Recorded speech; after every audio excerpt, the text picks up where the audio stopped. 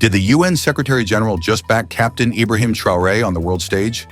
He didn't say his name, but the message, it was loud, and it sent shockwaves through the entire international community. Africa must be respected. Sovereign nations must be free from foreign control. Welcome to African Scoop, and today we break down the real meaning behind António Guterres' thunderous message, and why the world should be paying attention. At a major United Nations summit in New York, global leaders gathered as they always do, speeches, protocols, political caution. But then came something unexpected.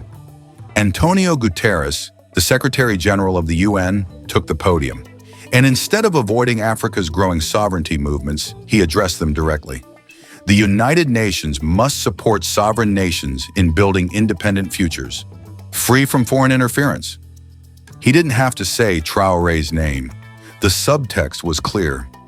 Africa's resistance to foreign domination is no longer a whisper. It's becoming policy-level conversation. For decades, African leaders who questioned foreign control were dismissed as radicals or enemies of democracy. But now the global conversation is shifting. Guterres acknowledged something many have long said, that African voices have been ignored and development must come with dignity. Sovereignty isn't a gift, it's a right. Across the Sahel, countries like Burkina Faso, Mali, and Niger are rejecting foreign military bases, Western dependence, and colonial structures. And while Guterres didn't explicitly mention them, his words reflect a recognition that the world can no longer pretend Africa isn't changing. Captain Ibrahim Traoré may not have been named, but the principles he represents were heard loud and clear.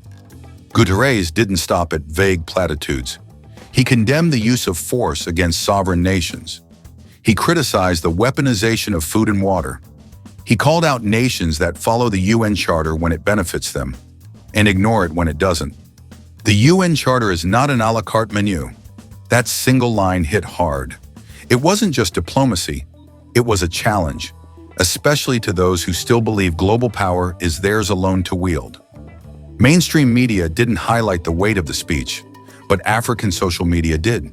People from Lagos to Nairobi, Bamako to Kinshasa shared clips and quotes across timelines. Supporters of Traoré and the Sahel Alliance saw the message as validation. For them, this was global recognition, subtle but undeniable. The language was diplomatic, but the shift in tone, impossible to ignore. This moment isn't just about one leader or one country, it's about a continent awakening. Africa is no longer asking politely for respect, it's claiming it. The question now is, will the world adjust, or will it try to suppress this rise once again? And more importantly, will other African leaders rise to the occasion? Drop your thoughts in the comments. Do you believe the UN is finally listening to Africa? Should more African leaders follow Burkina Faso's path to sovereignty? Like, share, and subscribe to African Scoop. We'll be watching what the world ignores and amplifying the voices that are finally being heard.